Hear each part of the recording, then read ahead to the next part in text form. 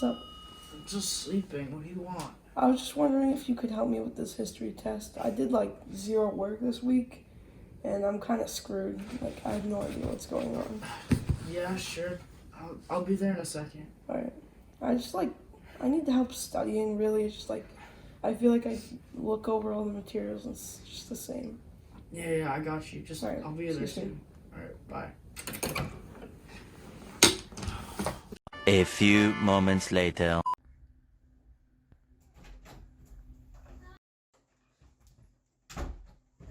What's up, Jake? How you doing, Eli? Good. Thanks for coming. No, I got you, man. It's like 11 at night. Yeah, I know. I'm sorry. Just don't understand this whatsoever. Yeah, I get it. What is it that you don't understand exactly? I mean, we're learning about revolutions, and I don't understand what's the purpose of fighting a revolution if it's unlikely you're even gonna win. Yeah, or like there's like a risk of failure or something. Yeah, or if there's like a high risk of failure. Yeah, no, I don't understand. I totally get it. Have you tried any Quizlets or anything like that? I just don't think Quizlet is gonna help for this type of thing. Yeah, that's fair. Well, today at my Hebrew school, right, we learned about the Warsaw Ghetto Uprising. Do you know what that is? No, what is that? So, you know the general gist of the Holocaust. Yeah. It's 1939. Germans are taking over Europe, and they take control of Poland. Now, Poland is home to around 3 million Jews at the time. It's a lot of Jews. So, what happens is, in order to deal with these Jews before they take them to concentration or death camps, they corral them in these really, really small ghettos. So, the largest of which was Warsaw. It had like 300,000 Jews. It's a lot of Jews. So, what happened was, people were just getting shipped off to the camps. They were dying, and the Jews in Warsaw sort of had a realization. They thought to themselves, look, if we don't try and fight back, like, what's the purpose of it? Because we're going to die anyway. Why don't we die trying to preserve our faith for our children and our children's children, right? That's the whole point of Judaism, Lador Vador, right?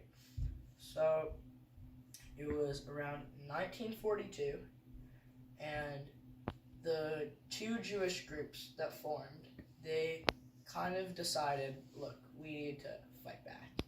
So what happened was they grabbed their Molotov cocktails, their grenades, their handguns, whatever they had, and whoever could fight chose to fight. It was on Passover, which is, it's like one of the most religious and important holidays. So they sort of were prepared, and they saw the Nazis and the Gestapo and the SS. They saw all of those people just storming in, and they thought to themselves, now's the time. So they had this whole thing prepared, and they just started throwing Molotovs and grenades and shooting at them. It was not the most successful revolution. Only about 5 German officers died, as opposed to 60-something Jewish people died.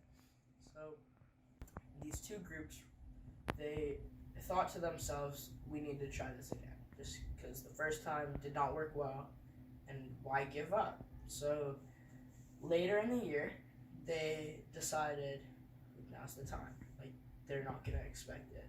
They think that we're going to be down. They don't think we're going to come back and fight, but we will. So they fought for a very long time. They were more organized. They had still the same weaponry. They had Molotovs, grenades, handguns. I think some had submachine guns, like a lot of weapons. And so, not as many weapons as the Germans, but they had more spirit. And that's what, they didn't win because, the Jewish forces receded into the forest and people still got taken away to camps. But they won in a sense that they fought what they wanted to, they wanted to preserve the religion. And they did that as best they could in their position. And, they even destroyed, so much of German property, especially, their military vehicles, that it really had more of an impact than anyone else would have thought of. Insane. Yeah. do you think it was all worth it though? I think so. I think it was worth it. I mean, what's the point of fighting if you know you're just gonna get pummeled? Well, think about it like this in the Jews' position, right? They wanted just to preserve their religion. They knew they were gonna die no matter what, so why not try to die without a little spirit to it, you know? Well, I mean, in other cases, Oh, yeah. like in general, That's do you fair. think it's worth it for someone to fight, like ignore the odds to fight for what's right? I think it varies upon situation to situation. So, for example, if someone is willing to risk their life for, I don't know, to bring back the McRib, right? Like, no one really cares about that. It's not worth risking your life over. Therefore, that sort of revolution to bring back the McRib it's worthless, and it doesn't help anyone. Whereas opposed to if someone were to risk their lives, say for another person or group of people, then that's worth it because you're doing something to help better society and you're doing something for others, which has a really big impact. I mean, where do you draw the line between obviously fighting for your life and fighting for McRib are two very different things. Yeah. But where do you draw the line between those two So of what matters? So personally, I would draw the line at if it's a noble cause. So noble causes vary upon like a person's definition, right? So like my definition of a noble cause, as you heard, it's like fighting for like a group of people or another person. But as long as like this cause is worth so much to a person, then it's worth it. I guess. Yeah. I mean, it says for the test we need some example from something we worked on in class. Did you happen to read Antigone at all? Yeah, I think we did. Yeah, Okay, so you kind of understand that, right? I guess, yeah. So even though like they're not the same subject, right? Your teachers obviously don't plan this out, but in the story of Antigone, she risks her life to properly bury her brother, and to her that's a noble cause. She's not doing it for another living person or another living group of people, so she's not sacrificing her life for the life of other people, but she's sacrificing her life to the right her brother has to have a proper burial and a proper death, if that makes sense. That's interesting.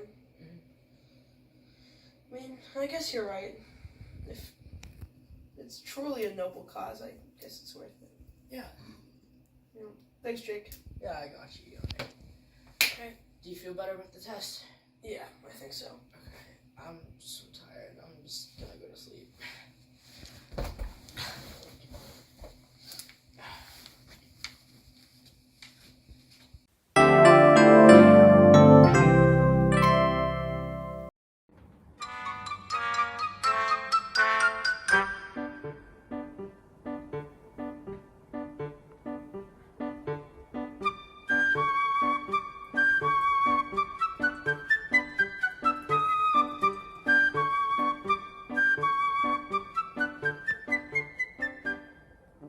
A few moments later.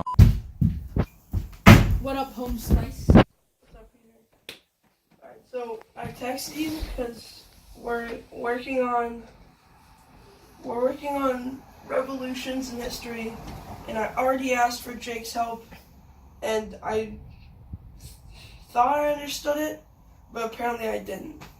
I mean, people are always saying that the Egyptian revolution was super important, but they're back to a tyrannical government. I mean, what was the point of their whole revolution? Well, they didn't start out thinking they would lose, right? Or they didn't start out seeing the end of it, right?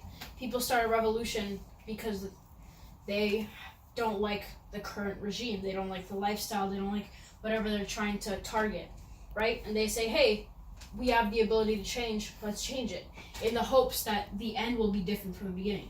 The Egyptian revolution was really unfortunate in that they thought they were going into a new lifestyle, but they were pretty much being lied to, and it ended up being pretty much the same as the old regime, which sucked. But their aim was to change it. So really, when groups of people unite to join a revolution, to start a revolution, they do it in the hopes of change. They do it in the hopes of winning. They don't do it in the hopes of losing. So in some situations they lose, in some situations they win. It's a risky thing.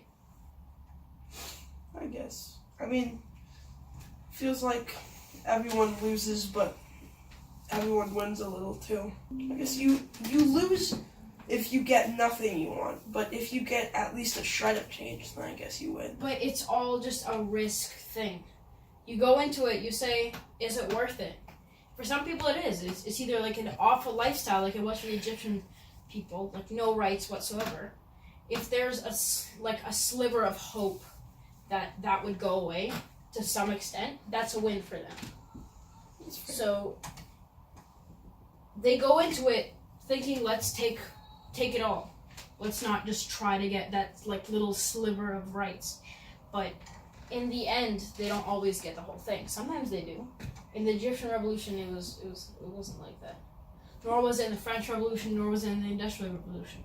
Because everything is balanced. There are two sides to everything. If the entire country was on one person's side or on the same side, then revolutions would be unnecessary. The reason it doesn't always work out is because there are 2 or 3 split sides in each situation. I mean, I guess that's fair. Okay. Well, I guess in the end, it's worth it to revolt against a higher authority if you really don't have a choice, or if it's for a noble cause.